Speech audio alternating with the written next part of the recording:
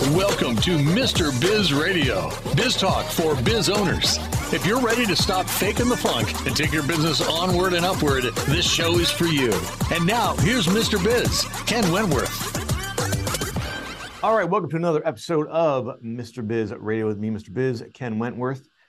And this week we're going to talk about something that it probably impacts just about everybody at some point or another, unfortunately. And we've got a whole lot of different angles we're going to take with this. But the primary focus I'm going to have this week is how to eliminate or at least sort of control better some of the self-limiting beliefs you have, that are holding you back in your life, in your career, as an entrepreneur, as a corporate person, as a 9-to-5er, in your personal lives, etc. And this week we have, as always, an absolute expert. Karolina, make sure I get this right, Rzadkowolska is an alcohol-free empowerment expert who helps intuitive women ditch alcohol and discover their greater purpose. She's worked with thousands of clients through her programs to change their drinking habit and unleash a new level of health, happiness, and potential to go after their biggest dreams. She is the best-selling author of the book Euphoric, Ditch Alcohol and Gain a Happier, More Confident You. And her work has been featured in the Huffington Post, the Sunday Post, Pop Sugar, Real Simple, Elite Daily, and multiple TV shows. Karolina is passionate about helping you discover what really makes you happy outside of a beverage and design a life you love. Karolina, welcome to Mr. Biz Radio. Thank you so much for having me. I'm super excited to be here. Yeah, so I know it's been a while. We've had in the works for a while to get you on the show here, but I'm looking forward to it because, we talk about this, at least not so much on the show as often, but, it's just one of those things that, the limiting beliefs that we all have in our heads, whether it be in form of imposter syndrome, things like that. But before we get into all that, if you would, Karolina, tell us a little bit about your entrepreneurial journey. Absolutely. So being an entrepreneur is nothing I ever imagined for myself. When I was a little kid, I actually wanted to be an author. So I imagined myself once writing books. But as I got into college and I, graduated college, I got into grad school, like adulthood hit me really hard. I kind of had like a reality check. I basically graduated at the time of the recession and found a lot of trouble finding a job and stuff. And so instead of having these big dreams for myself, like they just got completely squashed to whatever will take me, whoever will have me, I just need to clock in the hours and make it work. And at the same time, from the ages of around 17 to 30, I drank. And I drank what you would call pretty normally for what other people would consider, whether, going out socially and just, a few times on the weekend and stuff like that. I wouldn't call it like one of those rock bottom problems. But it was so easy to stay so stuck in my limiting beliefs because drinking made it so easy. I mean, for example, it was so much easier to open a bottle of wine than have to write the next great American novel. And while I thought it looked really normal, I was pretty healthy during the week and just drinking when I was out socializing with friends, it completely squashed my agency and my ambition. And I really just settled for whatever life gave me. I wasn't working on a business or a book or anything. I was just flowing with inertia, basically like a dead fish with absolutely no agency over my life. And, this thing with alcohol was really bothering me. It wasn't something that I would consider, again, this black and white problem. I didn't identify as an alcoholic or anything like that, but I couldn't shake the feeling every Monday morning of feeling lethargic and groggy and exhausted from the weekend. And I also every week noticed how I was waiting for the weekend to come so I could let loose and unwind. It was I couldn't get through the week fast enough. And I know a lot of people maybe in a 9-to-5 or a corporate workplace might feel the same way of just let's just get through this week as fast as we can to get to the enjoyment of the weekend. And so I finally took a break from alcohol for dry January in 2018, and it unlocked so many doors for me. I found myself feeling so much more confident and amazing and rested, and just my physical health was improving. And it started to really tackle some of my limiting beliefs because I never thought I could ditch alcohol and be happy. And all of a sudden I was like, wait a minute, if I could do this, what else could I do? And so that year, within a few short months, I launched my own business. I launched a podcast. I quit my day job. I, grew following, and all those things that I never believed were possible for me. And so now I really share with people how changing the identity and their patterns that they have that might be limiting them or keeping them stuck. Sometimes we adopt patterns that maybe served us when we were younger, but aren't helping us grow into the version of ourselves that we're meant to be today. And drinking is obviously one of those that keeps a lot of people just kind of hanging out in their comfort zone. Whether or not it looks like a problem or not, it's just a comfort behavior that we do. And I've worked with so many clients who've literally taken a break, an extended break from alcohol, and their businesses exploded. The sense of creativity and intuition and bravery and courage and clarity and just these incredible energy and enthusiasm that they have just spills all over into their business or into their passion project, that I am now a firm believer that when you remove that, even just for an experiment, you're going to see so many incredible results. Yeah, I love that. And, I like how you mentioned as well is that, it wasn't necessarily a problem. You weren't an alcoholic, but, I've got some friends, especially during the pandemic, that, as you've seen the statistics, we've all seen them, of how the alcohol, intake increased significantly over that time. And I have one friend in particular who is a business owner, and he started down that path, and then it got a little bit more and a little bit more and a little bit more. And then he said, I'm gonna cut back. I'm gonna cut back. And then he said, I'm only gonna celebrate. I'm only gonna use it to celebrate. Well, then I found out, Karolina, and tell me, you probably heard this a million times with people you work with, everything was a celebration. He would find something to celebrate, which, look, celebrate the victories. I'm not saying that at all, but, and I literally, me and one other friend of his, we had to sit down with him and say, look, man, this is about alcohol. This is not about celebrating. You're looking for reasons to celebrate things, and the things you're celebrating, frankly, are getting a little sillier and a little sillier, like things that you shouldn't even be celebrating, but we feel like you're using it as an excuse to be able to allow yourself to drink alcohol. And, so you've probably seen that a bunch of times, I would imagine. And did you experience that as well? Well, I definitely experienced this, kind of trying to just keep up with what society necessitated. I think we live in a culture that says, yes, you do celebrate with alcohol. Come to this wedding, come to this whatever, and then pop the champagne. And then we have these social obligations that all revolve around alcohol. So I think all of us growing up in Western society have these really ingrained beliefs that alcohol meets different needs, that it meets the need, for example, for celebration, or it meets the need for belonging or acceptance when we're doing it kind of in a social group, or it meets our need for relaxation. And in a way, we kind of outsource our power away from ourselves and our own agency to kind of create the feelings we want to feel. And we rely on alcohol to do that. And I would argue, and you can read my book for this too, that scientifically, alcohol is actually not creating the feelings that we want. And in many cases, it's changing the biochemistry of the body and the brain in very negative ways that nobody would actually purposely want to experience and things like that. And so it's really kind of just a questioning of what needs am I using alcohol for? And are those serving me? Are those helping me achieve my bigger dreams and my bigger goals? Are those really helping me become the version of myself I want to be? And, I teach business as well, in the sense that a business is never going to outgrow the personal development of the owner, And so if drinking is a comfort zone behavior, if it's a way of staying stuck, if it's a way of playing small, that definitely, even though it might look normal to other people, it's definitely something to look at and explore as an intuitive person who wants to live an extraordinary life, there's the greatest people on the planet that don't drink. And I do credit that to their biggest success. Tony Robbins doesn't drink. Deepak Chopra doesn't drink. Gabby Bernstein doesn't drink. And so sometimes it's just a matter of asking yourself, what do I want most? What do I want most over what do I want today? And it's allowing the long-term satisfaction and contentment to rule your life instead of immediate gratification. Yeah, I love that. I love that. So much more to unpack based on what you just said, Karolina. We're going to hit a break here, though. We'll come back after the break, continue talking with Karolina. You can find out more at euphoricaf.com, euphoricaf.com. Follow her on Instagram and LinkedIn. If you would like to reach hundreds of thousands of business owners every week, Mr. Biz Radio can help. Our show airs globally 7 days a week for more than 25 hours across several internet radio stations, plus 20 plus podcast platforms. Also, video exposure on the new exclusive Mr. Biz Network streaming channel, which gets blasted to 100 plus streaming platforms, and the Mr. Biz YouTube channel, and our 350,000 social media followers multiple times every week.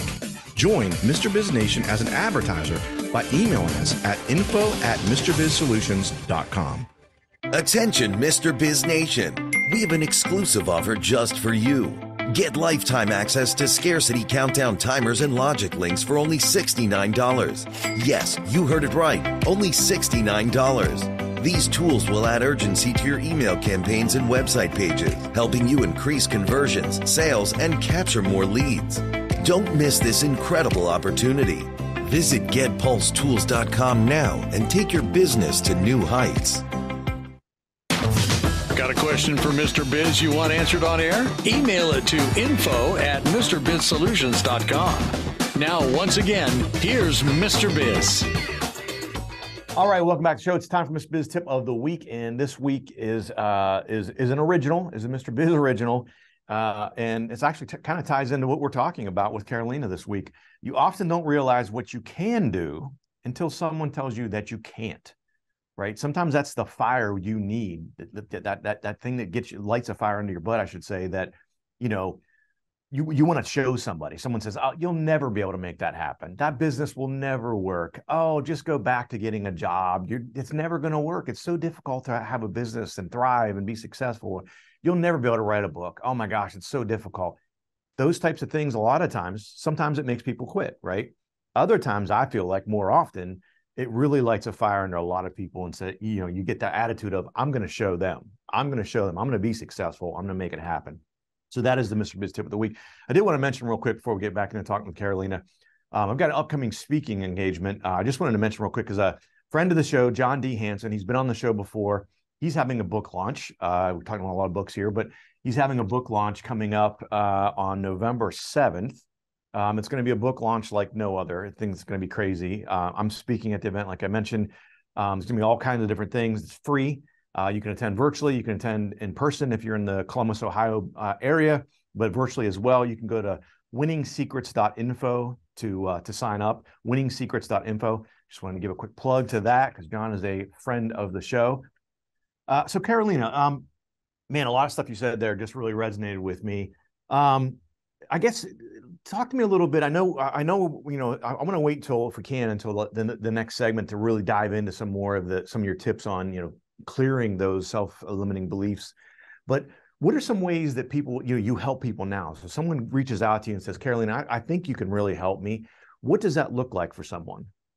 Absolutely. And so, like I said earlier, like a business is never going to outgrow their revenue, the amount of clients they serve, any of that stuff of the level of the personal development of the owner. And, you know, doing a business takes a lot of playing big. Like Theodore Roosevelt says, we get in the arena, we get that blood, tears, and sweat and mar our face all over, right? It takes a lot of big action. And there's also these subconscious drivers that want to keep us playing small, that want to protect us, that want to keep us safe. So it's always this like push and pull battle between growing and achieving the life you really want versus reverting back to that stuckness. And I think for me, like alcohol that I talk about with a lot of clients, it's not really what we're actually talking about. It's just a symbol. It's just a vehicle in your life that you've allowed to express some of those subconscious desires to play small, right? So when people, for example, think like, well, I'm not going to be able to have as much fun, or I'm not going to be able to socialize without alcohol. First of all, like, you know, I hope my tip for everyone here on this listening to the show is taking a break from alcohol feels so amazing. It's just a gift that, you know, I'm happy to share with others so that you can experience it too. But when you learn that you have a self-limiting belief that I can't do something or I can't be a version of myself unless I have this chemical in my system, that is a limiting belief. And that usually probably spills over into other limiting beliefs in your life. You know, if, for example, alcohol also really trips us up in the sense that, like your friend, for example, he was making all these rules about it, right? And anytime he breaks a rule, anytime I told myself I'd only have one drink or I wouldn't drink tonight, I erode my self-trust. And over time, that self-trust means that I'm not going to believe that I can actually do the things I say I'm going to do. I want to make, you know, 100K or 500K or a million K in my business. Well, how can I trust that if I can't even trust myself about this, right? And so I think the process of clearing limiting beliefs is really seeing like what limiting and or coping behaviors have I even picked up that allow me to express these like stories that I keep repeating myself that my ideal future, my ideal business isn't possible for me. So for example, if I had this proposition that, hey, you can keep drinking and everything will be the same and you'll stay in your 9 to 5 and you'll never make it with your business and you'll just drink every weekend, or you could become like a multimillionaire business owner and get on Oprah, like which would you choose, right? Like I think what we want most is really easy to see, but we don't often see that we need to actually let go of things in order to have that reality. And alcohol is like one of those things that is like an obvious choice of ways that we're just playing small with it. But in a way, it's like an identity shift too. It's like getting out of that comfort zone and meeting your needs in new ways and debunking some of those limiting beliefs. Like, for example, I always thought I'm pretty introverted, but I also grew up really shy. And so when I started drinking as a teenager, alcohol functioned as this magical elixir to turn me into an extrovert, to turn me more confident, more popular. And instead of ever building that skill within myself and practicing it within, I just outsourced it to alcohol all the time. So at the end of the day, by the time I was 30 and I was still drinking, I didn't think of myself as a confident person, because if there wasn't a drink in my hand, I didn't act like that. It wasn't embodied within me. And so first of all, I had to kind of change the limiting belief that alcohol made me more confident. Like, hell no, it didn't make me more confident. It embarrassed me. It gave me wine teeth, you know, like acting out of character and all those kinds of things. But it also like internally told my self-conscious, Karolina, you're not good enough. You're not interesting. You have nothing good to say, but here, have this drink and then you'll be better. Right. And that's why I think like a coping mechanism like alcohol actually really deteriorates our sense of self-belief in ourselves and our self-esteem. So first in my process of work, I help clients switch their beliefs about what alcohol is doing for them so that they're not as positive. And then we help build up those positive self-beliefs within themselves. And that's when everything explodes, right? And just the matter of taking a break as well will help explode your sense of creativity, intuition, clarity, and all those kinds of things. But for example, as a drinker, I never thought I could be an entrepreneur. You know, I always imagined entrepreneurs were people who had connections in Silicon Valley and they knew all these tech apps and stuff. Like I never, ever saw myself as an entrepreneur. And even as a writer, like I wanted to be a writer, but as a drinker, I never wrote. I never had the discipline or the like withdrawal to sit down and actually write. And it wasn't until I cleared that all of a sudden, like my real potential, my real power came back to me, and it just exploded in so many ways. And I've seen this happen over and over and over again from people with all kinds of drinking habits. So it really doesn't matter how much you drink. I think it's just a really cool experiment we can play with to see, hey, would this help me like really change my limiting beliefs? Would it help me explode my business? Would it help me achieve some of the goals I would have? And like, I think that there's an intuitive gut answer within us about that question. You know what I mean? And it's like, why wouldn't it be worth it to experiment, even for just a short while, to see what would happen?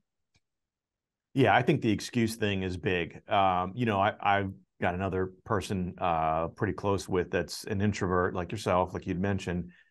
And her thought is, if we're going to go anywhere, she's going to be anywhere socially, that I need to have a drink or two. Like I got to calm down and get very anxious. I'm not confident, you know, otherwise she's a church mouse. She's just going to sit in the corner and she's uncomfortable and she wants to leave.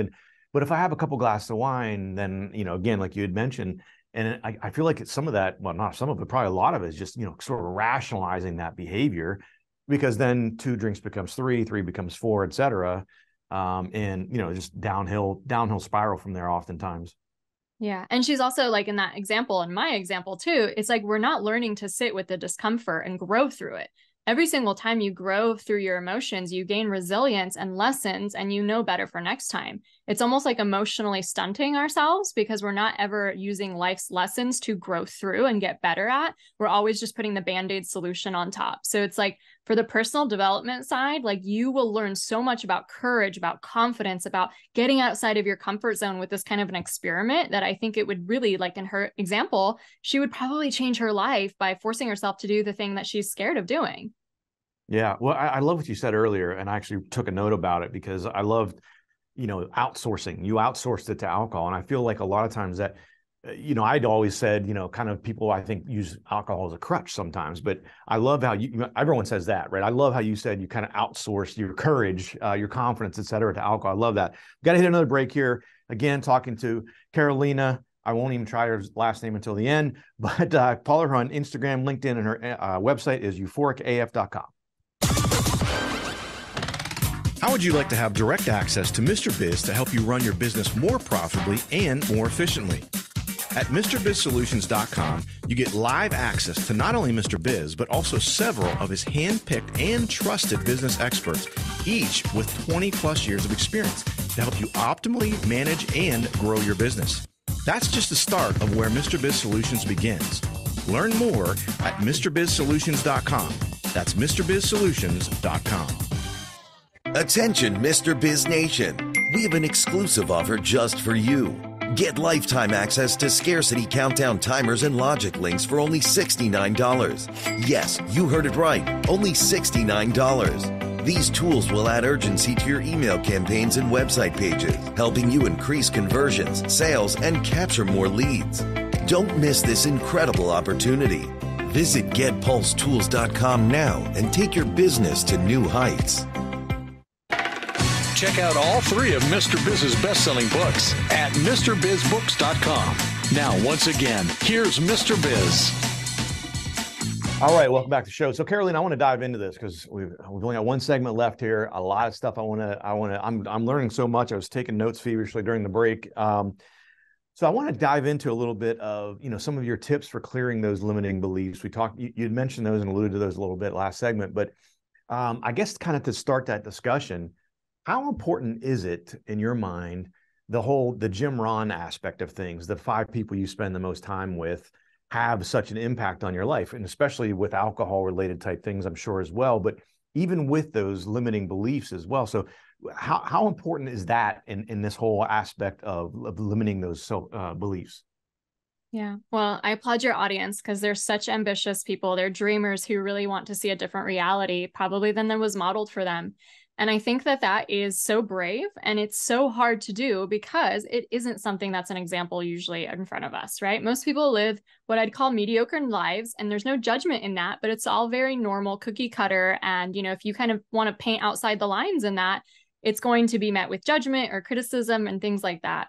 And so in the sense of the 5 people you hang out with, like if you don't see examples of the world, of the reality or the business or the financial freedom that you want for yourself anywhere in your life, it's going to be so hard to want to actually believe that you can achieve that. It's a huge identity shift. And I think when it comes to something that Gay Hendricks talks about a lot in The Big Leap, like we all have kind of an upper limit of how much success we believe we deserve in this lifetime. And it often is modeled by what we see around us. Now, it's usually pretty hard to just ditch your friends and find new ones, so I'm not arguing against that. But oftentimes it's our mentors and our role models that in the programs and communities that we join that we can start to up level. And once we see something normalized that was just so out of reach for us before, and that's normalized as something attainable and achievable, there's something I think that switches in the subconscious mind of, well, why not me? Why couldn't I do that, right? And so again, while we might get nostalgia or, laughs or whatever it is from people around us, it's also good to kind of be intentional of, am I also putting myself in these growth-oriented places? And when it comes to alcohol too, for a long time, I was in groups where, I wanted to write a book. And for me, I had a full-time job at that time. Now I don't, obviously, and I get to travel the world and just live an incredible dream lifestyle. But at a time, I had a full-time job, and I needed to squeeze that and my company around the sides of that full-time job. I had to wake up early in the morning. I had to work on Saturdays, all that kind of stuff. And my friend group at that time would stay up until 2 a.m. drinking and sleep in all day on Saturday, right? And that was normalized. And for me, that wasn't good enough. That's fine that they're doing that. I'm not here to judge or preach or prophesize to anybody. Sure. But to me, I have a legacy to create in this life. I have one life. I'm going to live an extraordinary life. I'm going to achieve the dreams on my heart. And then I'm going to find new dreams and achieve those, right? And I think to me, that's super important to recognize that not everyone around you is playing with the same awareness or consciousness or even just belief system that their dreams are possible for them. And so it's really imperative to, I think, find those people who will push you and challenge you to the next level. And especially if drinking is the norm and then you think oh, well, I couldn't stop drinking because everyone drinks around me. Well, it's not the norm in every single social circle. Tony Robbins and his buddies don't drink. So many movers and shakers do not drink. And so it's almost kind of expanding your mind that there do exist these communities and these people who are so driven for a successful and ambitious and just dreamy lifestyle, that they don't have time for the petty things that are distracting them from that, right? And we can put alcohol probably into that bucket. So it's definitely shifting how we see things. And like what has been normalized for so long is basically like just living at that 50% potential, you know? And if you want more for your life, then you have to kind of debunk some of those normalized beliefs, whether it's about, you know, what you do on the weekend or how hard you work, or maybe it's around alcohol. Maybe it's around like all normal adults drink. Okay, well, what do normal adults get then with that life? What befalls them, right? Do I want normal or do I want extraordinary? Yeah, I love that. I love that. So how much as well does this tie into sort of changing your mindset from so often, like you had mentioned before, with people living a sort of I forget what exact term you use, but a normal life, a moderate life, you know, I call it checking the box, right? You get to Thursday and you're like, oh my gosh, it's almost the weekend. And I tell people all the time, especially that I mentor, if you can't wait until the weekend, you need a new job, you need a new career. I mean, your life, you should not be living a life like that. But there's so many people that live like that. And I call it checking the box. How much of that is changing your mindset around this whole idea of scarcity versus abundance? Yeah. I think for the most part, we settle, like I said in my story, you know, I had such a reality check when I graduated college, and then alcohol made it so easy to just live in that pattern for so long and not expect better for myself. So I think if we're really wildly dreaming about what we want to have, be, or do in this lifetime, you know, we really allow that to come into our vision. And then what immediately comes up that tells us that we can't have that, or that that's not for us, or that I'm not smart enough, or I'm not capable enough.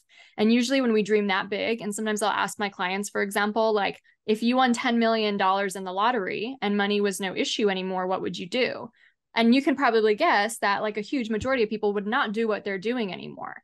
And if I still ask them, like, but you know, you don't just want to sit on a beach all day, you still want to work, what would that work look like? It's a wildly different answer oftentimes from what they're doing today. And I believe we all have that power and agency to really shift our passion into our paycheck and to make abundance from that, because truly the world rewards what we are best at and we're passionate about, and that helps other people. When we're just feeling apathetic or bored about our job, like that's the method for scarcity, right? And I really do believe that the world rewards so much abundance and so much wealth to people who really go after their passions, because oftentimes people who go after their passions are also helping other people, whether it's just their example of like, wow, that's possible, or literally most of the time we are actually helping people, just like with the show, right? And so I think with scarcity and abundance, it's really recognizing that like there is so much out there. There's so much value. And for me, I have a belief system that money comes from my creativity. And my creativity is endless. I have endless value to give the world, all just hinging on my creativity. It's nothing to do with any other kind of belief systems or things like that. And so it's incredible to change your beliefs around abundance and scarcity. And it's really hard because I think most of us grew up in a scarcity mindset. A lot of us grew up in poor or low middle, income classes and stuff. So it's really, really hard to change some of those limiting beliefs. But I really do think that once you change some of your deeper personal beliefs, like money is definitely the next one to tackle. Because again, like even if we're trying to sell something and we have negative connotations with selling or salesmanship, like it's always going to be a battle between our subconscious mind about what we want to create in the world. Love it. So we've only got a little over a minute left. So this is going to be maybe a little bit of a tough one. What is one practical thing that someone's watching the show, listening to the show, that they could do today? They're listening right now and they're like, okay, let me give this a shot. Karolina, what's one thing that they could do today to like kind of start the shift? Yeah. So I hope this isn't too big of an ask, but take a break from alcohol.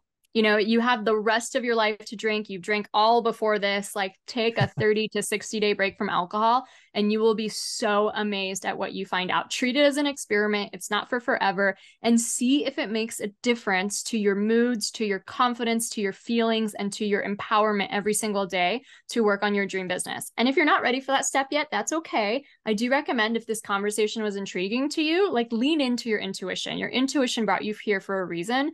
Maybe buy a book, listen to another podcast episode, anything around that. But I mean, when you were saying earlier how so many people are living this career where they can't wait for the weekend, how tied is alcohol to that too, right? It's Sure. like, this is just this unwinding. We can't wait to get through the drudgery of the week. Imagine if we could create lives where we were fulfilled on a daily basis. Would alcohol even serve a purpose anymore? Yeah. Oh my gosh, that's powerful. That is very powerful. Karolina, you can check out her website, euphoricaf.com. You can follow her on Instagram and LinkedIn. Karolina, thank you so much for coming on the show. I really appreciate it. Thank you so much. It was such a pleasure to be here. Yeah, absolutely. Well, we're glad to have you. Guys, thanks for watching. Thanks for listening. Amazing show. We'll put everything in the show notes as well in case you missed any of that, any information. Thanks for watching. Thanks for listening. Have a great rest of your week. And don't forget, as always, cash flow is king. To become part of Mr. Biz Nation, follow him on all social media platforms or never miss a show by going to MrBizRadio.com. If you prefer free video content, visit the Mr. Biz YouTube channel or check out his streaming channel, which is available on 100 plus streaming platforms at MrBizNetwork.com.